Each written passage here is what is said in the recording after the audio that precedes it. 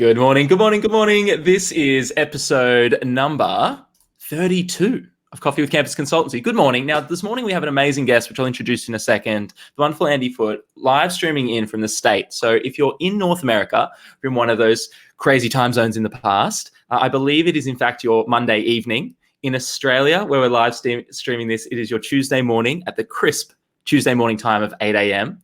So regardless, whether it's evening or morning, thank you, welcome. We're so glad you joined us today. And after this very quick introduction, I'm going to introduce you to our guest, Andy.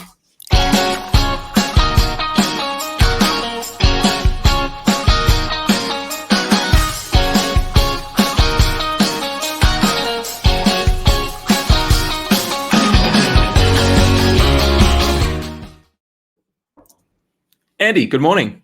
Or good evening. Good morning, Josh. How are you? It's 5:01 in the PM. 5:01. Monday, Memorial Day in the US. I was going to say, a big day in the US, no doubt. A big day, yeah, to essentially think about all the fallen soldiers that have died in battle on behalf of the US. So, yeah, somber, but, very patriotic day in the US. No doubt. Are you seeing those messages and the messaging around Memorial Day coming out on LinkedIn, obviously where we spend a lot of time? Are you seeing that done particularly thoughtfully? Is that something that you think it's a place to share your thoughts and condolences on a day such as this?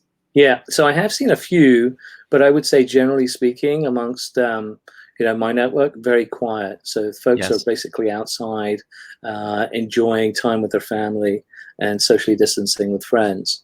So I think that's the majority of what's happening right now. People are off LinkedIn. Yes, a nice day to pause and reflect, no doubt. All right, my friend. Well, this morning, I've got to stop saying this morning, the evening. Today, currently as we speak, we will be talking about LinkedIn. And I'd love to start with, as someone who I affectionately refer to in my network as Mr. LinkedIn, and I'm sure you're sick of that and hear that all the time.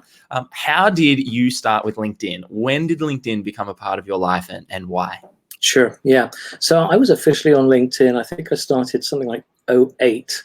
And then I started playing with groups. I started building groups. It blew my mind, Josh, that I could I can grow any community I want around any subject I want. Yes. And people will join. People actually join those groups. That's crazy. And so I started building these groups, and some that weren't perhaps growing fast enough in my mind, I would actually give them to a group member. I would just pick someone and say, hey, you want this group that I just spent 4 months building?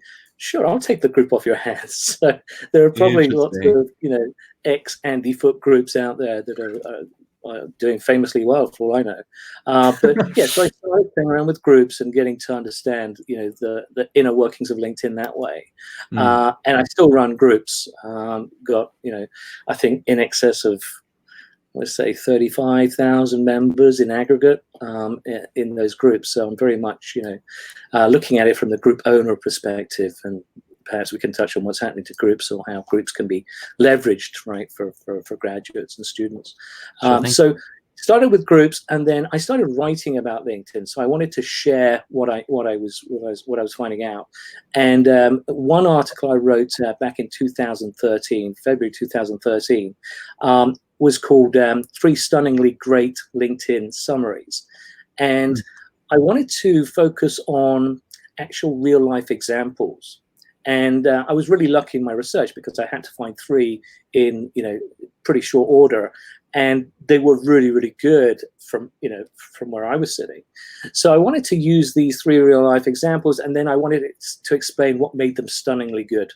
Yes. And so I broke it down like that. And I think people, at the time were sort of wary of using real life examples. Maybe we were thinking about, well, is this copyright? Or, you'll still see it today. You'll see a lot of blurring, right, whenever people are using real life examples. And I've decided, well, as an ex-lawyer, I kind of know this anyway, but if it's not bad and it's good, then you're unlikely to, have a problem. And sure enough, it was all good, and I've never had a problem with any of the screenshots that I've used. So that article that I wrote in 2013 was indexed by Google. Everything gets indexed by Google, of course. But what happened with this one was that within a short period of time, in my mind, it's 48 hours. It was probably a bit longer than that, but it landed on the first page for certain Google searches, including Wow. LinkedIn summary and LinkedIn summary examples. And after that, you can imagine what happened, right? So my little blog suddenly got this huge spike in viewership, and I was getting incredible traffic.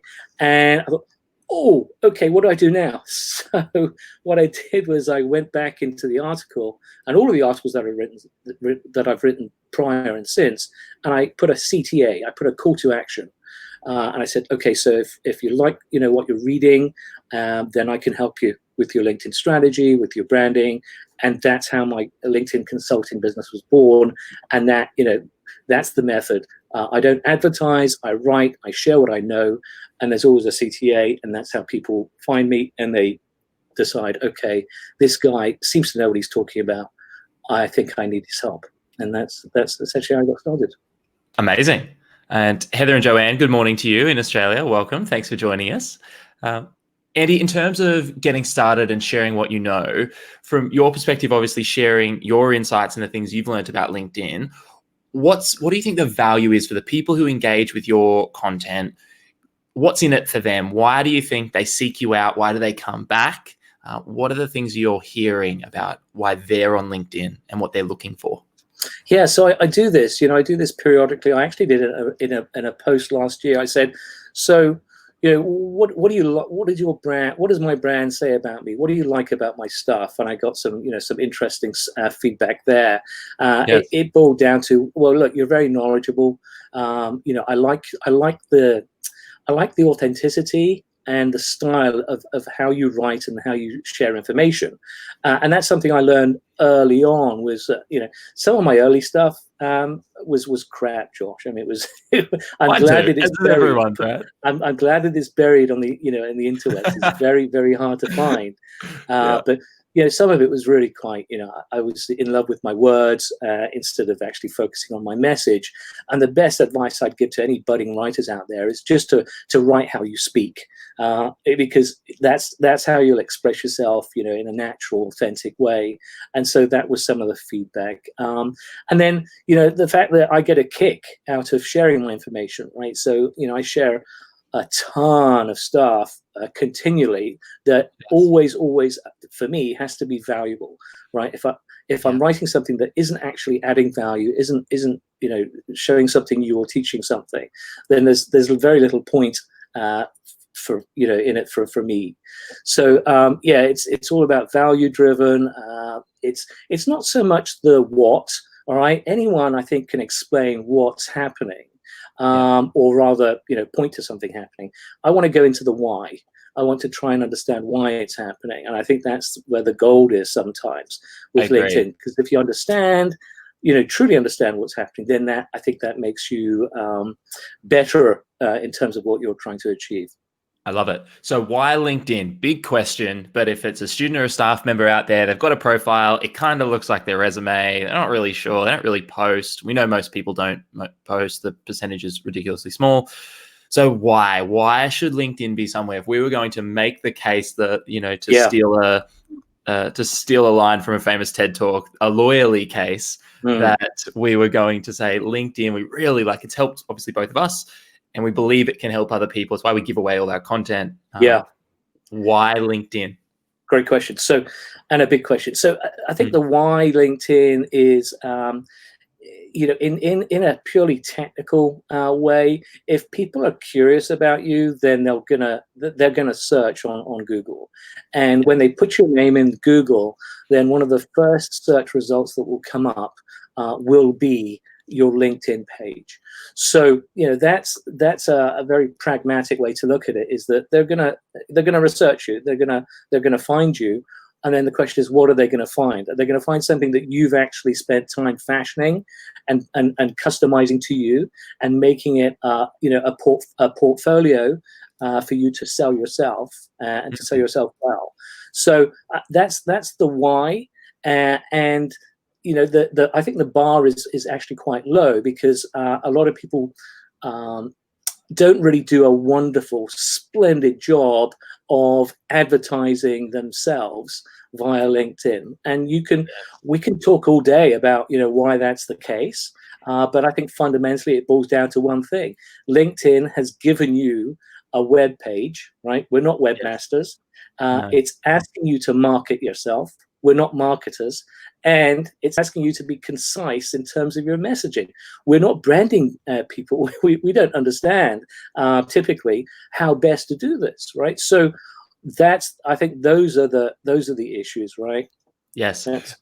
On that idea of, we're not web developers, we're not necessarily marketers, we're not necessarily branding people, especially in Australia, the boom of workshop sessions on university campuses and in the workplace on personal branding has been really something that's just scaled hugely. And I think the messaging largely to students now is, maybe we need to start considering ourselves and really investing in the skill set of personal branding.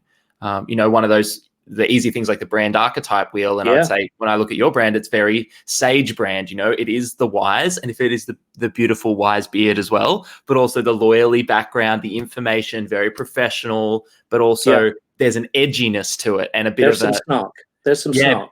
There's that rebel brand. There's a little Tesla indeed. or a little Netflix. Totally. Which is such an, but I didn't learn any of that. I did a civil engineering degree, Andy. No one at uni was like, you need to market yourself. They were just like, just get good grades. Right. Yes. The problem is there's like LinkedIn doesn't barely has a place for your grades. That should be telling you something. Yes, indeed. Yeah, we're all multi-dimensional, aren't we? I mean, we're all we're well-rounded people who've got different interests, and we're fairly unique. So I think we can express that still in a professional way. And yeah, mine's snark. I like a bit of snark every now and again, and I think other people appreciate that, right? Yes. Well, sometimes, not all the time. I think that's totally fair. Do you think this is something though? Do you think that's a skill set that, if you got a message from a first year university student or a final year university student about to graduate, and they said, "All right, I'm on LinkedIn, but I'm not what are some practical things that I could do to have a stronger presence, to do a better job at branding myself, marketing myself, to I don't want to say the term extract more value out of LinkedIn, but to reap the benefits that LinkedIn makes available." What could students do, whether it's profile stuff, whether it's creating their first piece of content, whether it's how they connect with other people? What are some starting points? Sure, absolutely. So I think when I think about students and people who are generally just starting off on their career, that one of the concerns might be, and I've heard this a lot, is that what exactly do I put in my experience section? I mean, I haven't got any experience. And I just doubt that. I so doubt that you don't have any experience, because you do. Everyone accrues experience, and it's just a question of delving deep and understanding how that experience can be leveraged into essentially storytelling, because that's what a good LinkedIn profile looks like, and in particular, the about section, right? The summary it's understanding and knowing what your narrative is or should be. So it's partly about understanding what makes someone tick, right? What they're very interested in, what they're all about, but also what they can do for the reader. Right. So if you break it into those very basic things, what is it that you're into, and what can you do for the browser? And just one more thing about experience is that experience is whether it's gained through school, college, summer jobs, voluntary activities, unpaid or paid internships. There are always going to be stories that you can tell. There are always going to be learnings that you've picked up, and then you apply those to a professional life, a career, right? What are the transferables from those? So I think that's the first thing. Everyone has experience, everyone has stories, and then it's pulling those out and using them to good effect. What was the other thing you asked me, Josh? Oh, so it was about So students are starting and they're saying, okay, we know from students what's top of mind, especially in the COVID world, but always is getting a job. And how do I, with so many different things out there that students are trying to do, should I be reading the book? Should I be listening to podcasts? Should I be on LinkedIn? Do I need to start a TikTok account? Does every student need their own? 10 years ago, it was you need to start your own nonprofit. Now it's you need your own podcast. Thank you. I lost my train of thought. You asked about content. Yes. So content. I think it does take quite a lot of bandwidth, and it can take a lot of time. And then again, you might have the same concerns about experience. That's kind of like content creation anyway. Yes. But I will say of creating content on LinkedIn that they make it incredibly easy to do, right? It's ready for you to just dive in and to start, writing and then publishing. Super easy if you compare it to, let's say, building a website and having to mess with, having to get the domain name and all of that. All the technical stuff has been, removed for you. So they're inviting you in. They're saying, please publish, please publish, and they're making it super easy. But it's not like you have to start writing posts or articles, right? Short or long form content. You can start with curating content. So if you like the content that someone else is producing, then you can reshare it and then add your own thoughts or whatever it is, and then you're getting into this nice habit of curating. And then you curate enough, then perhaps that gets you down the creation path when I think I can do some of this myself, and going back to your life experiences and sharing what you know and making it applicable. So that's another strategy. I think is not just to think about, well, I can't publish on LinkedIn, but you can reshare. And then another type of content creation is actually in comments, right? Not sure you think about this or not, but whenever you're adding your own views publicly around content in comments, that's kind of content that you're creating. Not only are you creating content, but you're also relationship building, because other people will see, will know that you're there and will take a closer look and perhaps even check out your profile based on the comments that you're sharing and the value you're adding or the thoughts that you're adding. Of course.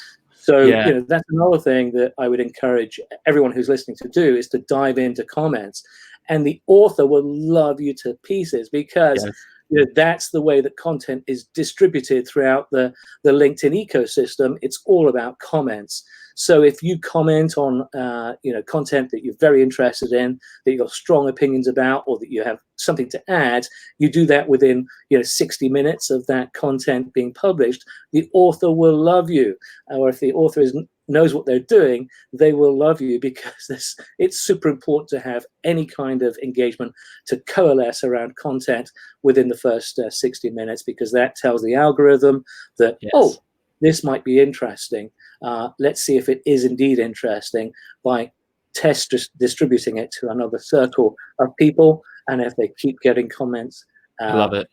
They keep getting reshares, they keep getting likes, all of that is factored in. I love it. I've seen you share, I think you've referred to it as the golden hour. Is that correct? Yes. So I've read your post. I would always say to students around that, like, comments are free. Comments are free to do. And when I always ask students, imagine the last time you posted on Instagram, did you check it 20 minutes later, and how happy were you when there were 4 comments? And everyone's like, oh, it was like Christmas morning. I'm like, well, give that, literally, like the Christmas morning was a quote I heard once. I'm like, give that gift. Just like Christmas morning, give that gift to an author, especially if you can tell they've put the time in for the content, they're learning, they're on that journey. People are putting in the effort. One thing you liked about the post, and it's also such a good framing, just I think if you're on socials, not to be passive, but to be active. Oh, sure. And I always say to students, if you've thumbed through 10 posts without commenting, you're not paying attention. You're not being mindful. There has to be something good in one of those 10 posts. And if not, it's worth considering who we're following. But if there is, take the time, flip to the 7th page of the ebook, read the thing, make a little comment. It's great to learn as well as to be part of the ecosystem. Absolutely. And it is, again, I'll say it several times, but it's a low bar, because a lot of people are lurking right? And they're not actually putting themselves out there. Anyone who does this, makes meaningful, intelligent, and relevant comments, you'll get noticed, because the vast majority of folks are just scrolling, and perhaps they might like, but they don't comment. They just don't want to comment for whatever reason. So it's a low bar, and it's a major opportunity for you to take advantage. It is. Speaking of comments, we've got 3 questions teed up in quick succession from Christine, Kashif, and Arpen, and then 4th from Gaurav. So the questions are flowing in. People are listening to us. So let's jump on Christine. And for context, Andy, Christine's also the president at Monash University Parkville campus, one of Australia's biggest universities. And she runs it. She's in charge of the student association there. So looks after lots of students, clubs, things like that. Yes, indeed. She's also an amazing young leader. So she says, should your LinkedIn page have all your past job experiences, or just the main ones and important ones to show your work ethic in your field? What do you think? Yeah, so that's a great question. I don't think there's a hard and fast rule when it comes to experience on the profile page. I certainly know from my time working as a career transition coach that our format for the resume was that we would essentially aggregate older experience. So if it was 10 years older, then we would put it in a separate section, and we wouldn't give it as much prominence on the resume. As for the profile, the LinkedIn profile, I personally prefer to see everything, because I really like to see where people have begun, where their career journey has started, because that tells me quite a lot. If they started as an engineer and they switched to, I don't know, something completely different, right? Are they still an engineer at heart?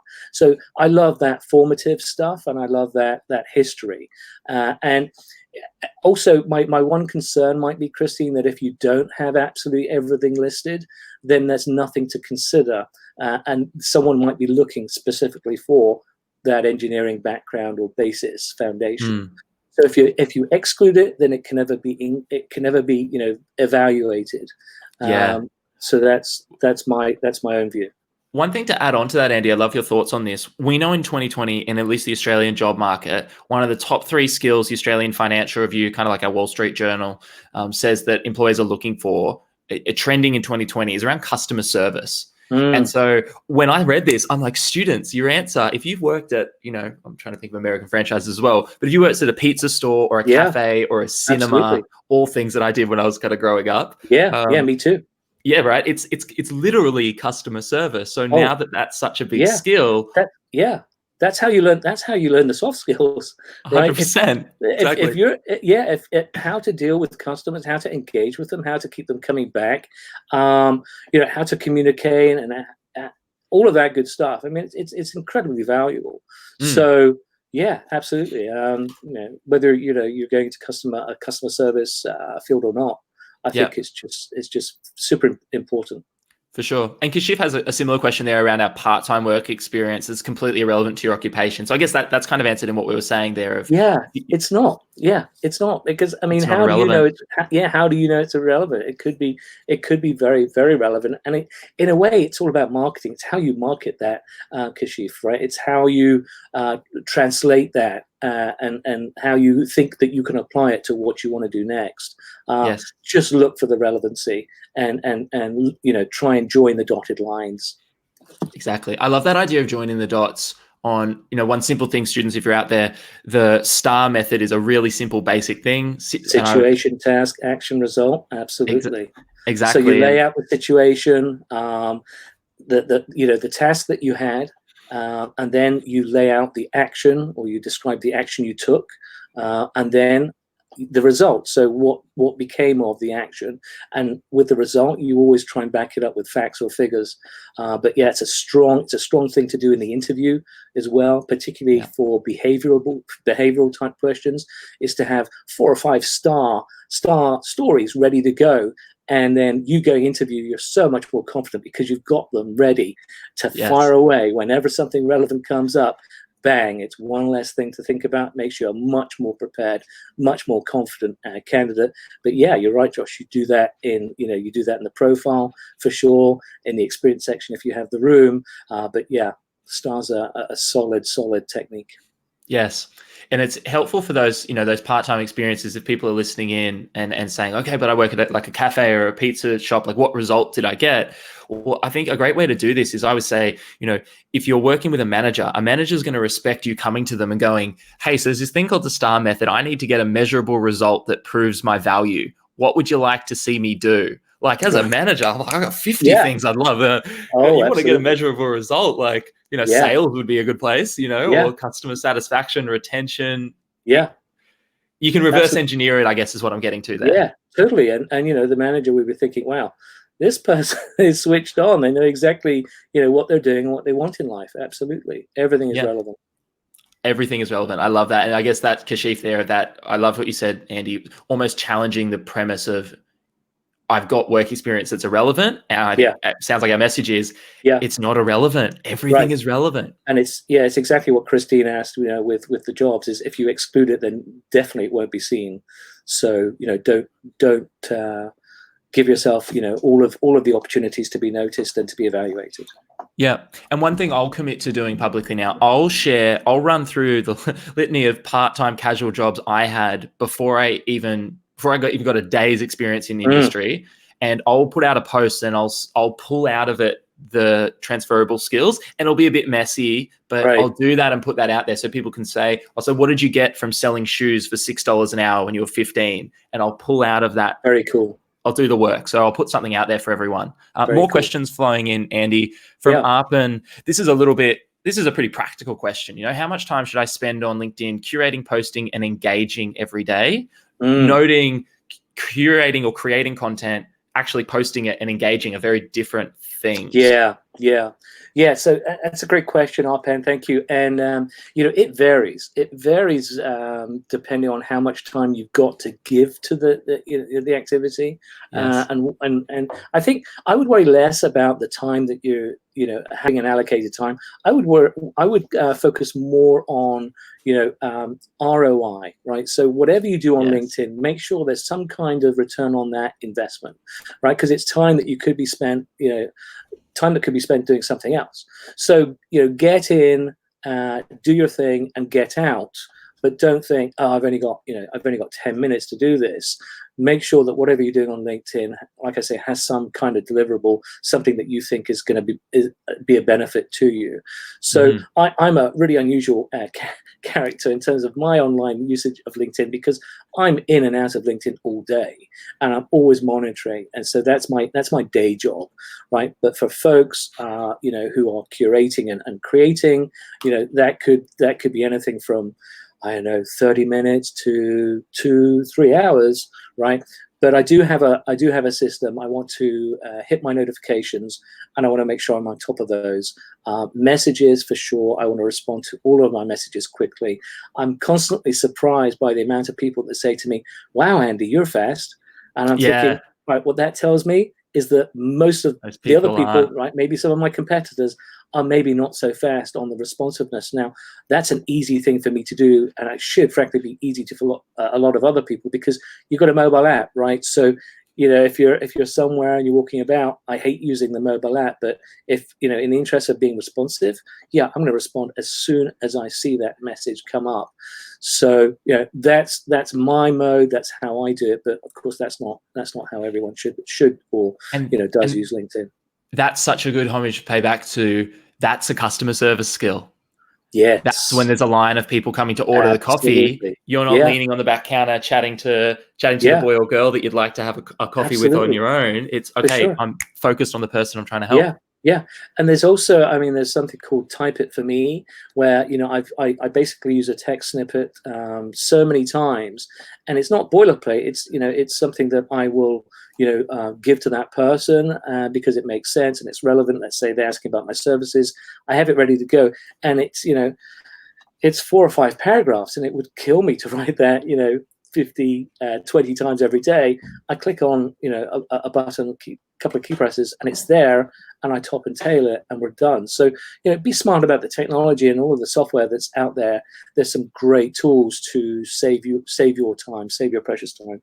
That's a great one. And we've got a question coming up about video. I use Auto Text Expander, Andy. Yes. And one of the things where I used it was I was in recruitment as well. And the reason I use it was you get the same questions so often. What I realized was I reframed it as, rather than me trying to say, oh, this is just the same question again, when I had an auto text expander and I'd write like due date 1 and it'd put in a paragraph. Yeah. I found that I would put in more effort up front to curate a really accurate, well-worded, friendly and articulate paragraph, because I knew I'd use it 20 times. Right. But when you get that same question, you have to manually type the response every time. Yes. That like the frustration I was feeling was coming through in my tone, and I went, that's not fair. This person's asking the question for the first time. They don't know I'm answering it for the 50th time. Sure. So here's this much more. So there was a bit of empathy and a bit of forethought that went into it too, as well as the tech. Absolutely. Yeah. Yep. Cool. Scott's jumping in from Latrobe. Scott is a regular contributor, and Scott, we appreciate you always jumping on. Looking after careers at Latrobe University, big university in Melbourne. So there's a lot with their career team. They've been very agile in the tech, like with the COVID space, online careers fairs, really leading best practice in Australia in a couple of different areas there, in my opinion. And Scott's asking about any tips curating video content.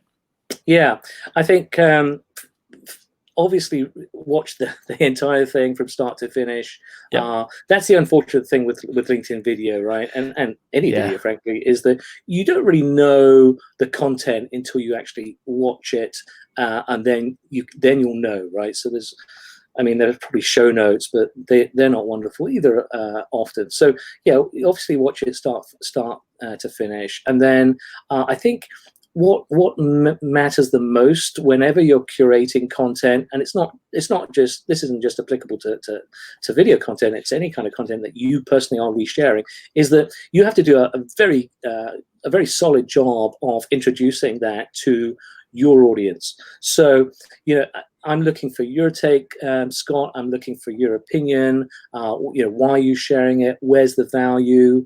And then if you want to write your own show notes, I'd love that too, right? So if you can break it down, say, hey, this video in particular was great for this reason, and if you want to catch this point in particular, then you'll find it at 14 semicolon 56, right? So make it as easy as possible to consume, but obviously totally relevant to your audience. I think that's what I would do, Scott.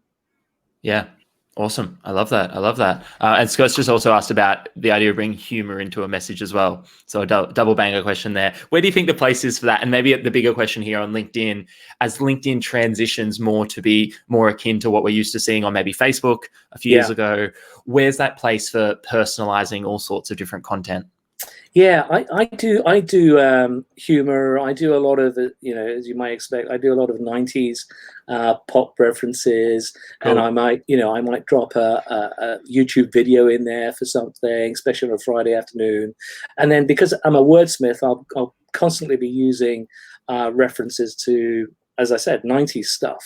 And maybe even 70s stuff. So I think that's my sort of my approach to humor. Of course, the danger with humor is that not everyone will see funny in the same thing as you. So you kind of have to know your audience. I think most comics would tell you the same thing. And then you've got to, I think, always know the line with LinkedIn. So I suppose, I'm using LinkedIn and we're in the boardroom, and then we're still in the boardroom, but we are loosening up and we're having some cocktails. I'm still going to make it boardroom, if that makes sense. Yeah. I think there's an interesting one. So I want to bring this up. I mentioned it before, and I know I didn't share it. So I thought I would just for a second. The idea of when we're talking about brands, I don't know if this is true for you. It's just the message I get from you. Very much that sage, knowledgeable top right corner. And the jester kind of fits on the opposite side. Now, it's not an exact matrix. Yeah. But I think it's just worth being conscious of where do you feel like you're sitting in your positioning. And if it is, if you're starting a startup and it's a little bit more rebel or hero, fine. If you're, a nurse or a teacher and it's much more caregiving and supportive, great. But I think there is that place for using the jester or using a bit more of that, that humorous, might be a comedian who says, we're seeing comedians pop up in Zoom meetings. Yeah. And LinkedIn's a white space. Yeah. I'll do the, the boomer. I'll say, what's TikTok? And people know exactly that I know what TikTok is, but I'm Yeah. just poking a little bit, right? Or groups. LinkedIn has groups, Yep. and yeah, I'm just it's sarcastic, it's snarky, but people who know me kind of look to expect that. So I think it's that kind of thing. I would never ever take the Mickey at anyone. I would never do that.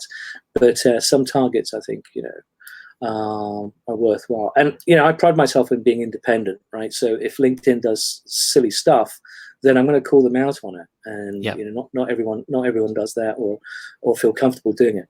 And Yep. I totally get that. That makes sense. Andy, knowing that we've got a few minutes left, and I've loved the question and answer format. I think it's one of the beauties of live video is, as you say, we don't get all the context. We get a one-line question, but it's also very nice to do that back and forth. So if you have commented, thank you, and we appreciate it. Thank you. Knowing that you're a very thorough person and no doubt prepared some thoughts in advance, some things that you knew would be valuable. Is there anything we haven't touched on yet or haven't covered today that you think we should definitely get to before we wrap up? Yeah, let me think. Well, I mentioned groups, and I want to talk a little bit about groups, if that's okay. Please. So, as a group owner, I've been dissatisfied with the way groups have sort of seemed to have gone. Ooh, and there are lots of reasons for that. But what I would say is that groups are still a worthwhile thing to join, even though many of them might be spam infested. But why do I say join? Well, the groups have always been and still remain a great reason to connect. So if I wanted to connect with you, Josh, I don't know you, but let's say I look at you, research your profile, I find that you're a member of so and so and so and so and so and so groups. I join maybe one or all three, and then after I've been accepted to the group, then I would then send you a connection request saying, "Hey Josh, we're both a member of X community on LinkedIn." Bang, you've got a valid and fairly strong reason, right, for Josh then to take a look at me and think, oh, okay, yeah, we might have something in common. But not just the group, you'd lay out other commonalities. So groups are still a very important facet to relationship building. What else? I was thinking. Can I jump in on ahead. just quickly? When you said the relationship building there, what's your take on the connection request with a 300 character count versus the in-mail? Knowing lots of students in particular don't have that premium account. And they're sort of, what do you think? Great question. So obviously you don't have the space to make it a wordy custom request, connection request. So be very succinct and do go for, look, we have X people in common, right? If you have people in common, that's always important. So we run in the same circles. We have this field or function in common. Or I'll lay that out. It could even be geography. We're both in wherever it is, Melbourne. So there's the coffee potential with social distancing. And then we're both a member of X group. So you've got to hit me with some very specific commonalities. And then, cherry on top for me is, oh, and I saw what you wrote the other day about blah, blah. I totally agree. And again, you're pushing it in terms of words, right? But do all of that if you want that. If you're, there's no point in writing a connection request and customizing it if it doesn't get accepted. So learn from your mistakes. Why wasn't it accepted? Am I still bombing, and why? And then adjust and tweak. And then the other thing about in-mails is that, if you see someone with a premium symbol on LinkedIn, there's something called open networking. Open profile. A lot of the premium members have open profile switched on. What that means is you can send them an in-mail for free. So try sending them an in-mail, and guess what? It might go through because it's going to be free for you. So it's like an open door policy. Yes. I love it. Andy, do you think we have time for one more question? Absolutely. We do? Absolutely. Awesome. Shreya's jumped in. Big question here. I'm going to have to pop it down. The text is kind of covering us up. That's okay. Shreya said, hi, Josh and Andy. Can you please give some tips related to how to network with professionals and how to start the conversation and build good relationships being introverted and how to find common ground? So besides challenging that assumption around am I introverted? Yes. LinkedIn for a more introverted person. What's your take? So I'll tackle the first bit. there's a technique that I love, and it's called the return browse. What do I mean by this? So it's one of the key parts of the premium subscription is that if you spring for premium, and by the way, you can get premium free for a month, so there's no reason not to try it out for a month. You can do that every year. All right, so do it for a month every year just to test it out. But one of the features of premium is that you get 90 days of free browser history. Not free, 90 days of browser history. So 3 months back, you'll see everyone who's visited your profile. So why that's important is that if you're trying to sell something and someone comes into your store, your shop, and you don't see them, how can you sell them? How can you sell to them, right, if they're invisible? So it's important to know who's coming by and browsing your profile. That's the number one. Number two is you can work this to your advantage in that if you have your eyes set on a particular target company, an organization you would love to work for, right? You figure out who the decision makers are, and then you visit their profile. It could be the hiring manager for a specific job that that they've just advertised and you've applied to.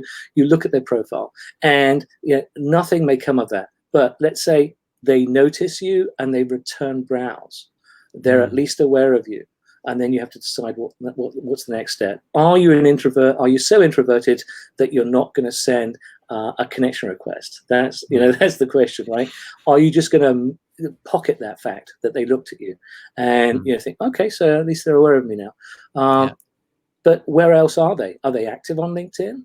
Right, go to their activity section. What are they doing? If it's a gold mine of intel, then you are much better informed for actually meeting that person because you kind of know what they're into, interested in, or into. Right, so there's no excuse now because you've got all this information at your fingertips, data that we never had, right, 10, 15 years ago, and so you're fully informed if that person's been active on LinkedIn. This is what sales pros do right before they close. They look at people's activity section. They know what to speak about, how to speak to these folks, how to influence them. And you can do that too, whether you're an introvert or not. I love it. Powerful message. One final question on that, because it comes up all the time, and sometimes I offer it as an in-between step. If you go to someone's page, what do you think the value is of following them? Obviously, if you follow them, their content pops up, you can comment on it and start building rapport. Or sometimes the students are like, oh, follow, that sounds creepy. What if I follow 50 people from a company? Am I going to seem way too keen? Right. Yeah, great question. So, following is not creepy. Following is smart.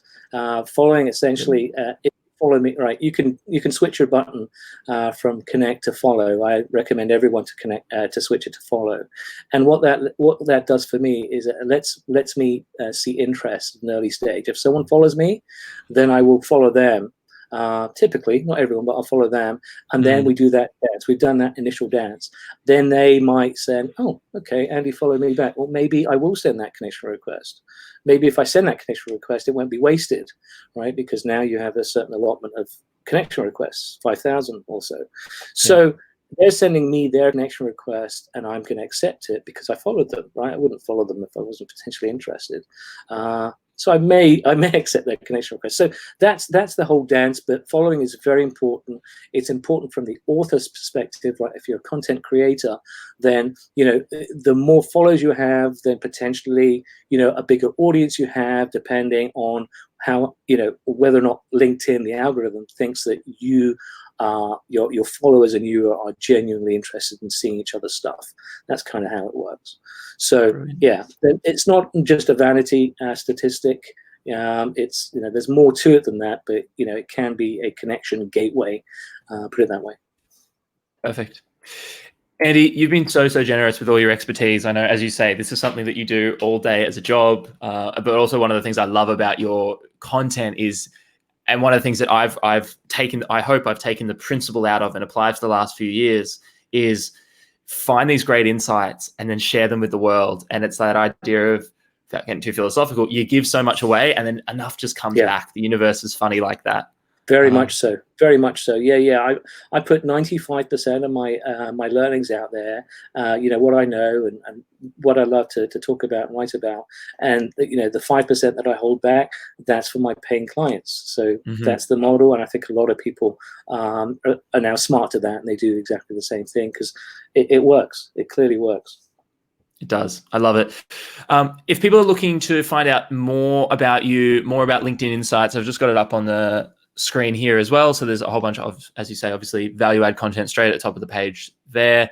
If people want to follow you, if people want to go to your page and check you out and see if you follow them back or anything in between, it's kind of a mute question at this point. Where should people go to follow you? Because I think we all know the answer to that question. Yes, might have something to do with this underneath my beard. Maybe I could ask a second question there.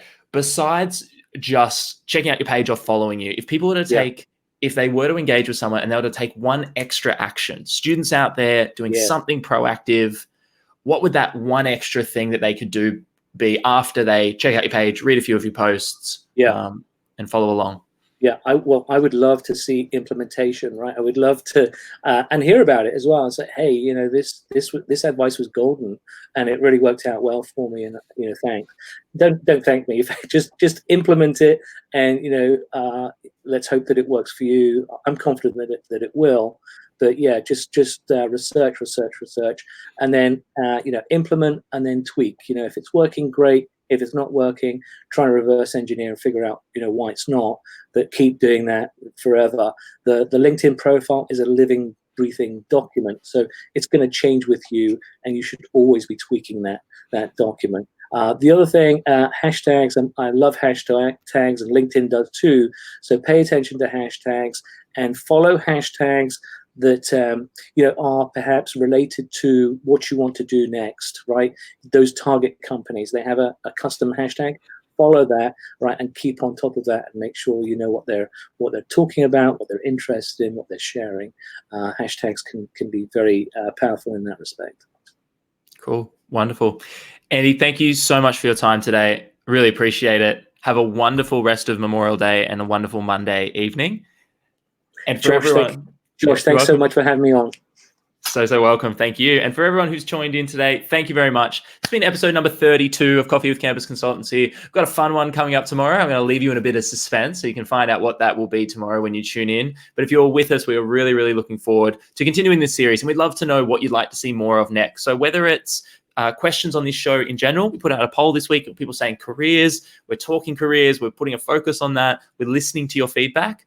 So if there's questions you'd like answered, topics you'd like discussed, guests you'd like to see me send a series of follows and connection requests and things to, and see if I can wrangle some amazing guests for you all, please just ask. The more I know, the more I can do to try to help and serve. So thank you for tuning in. Thank you for listening.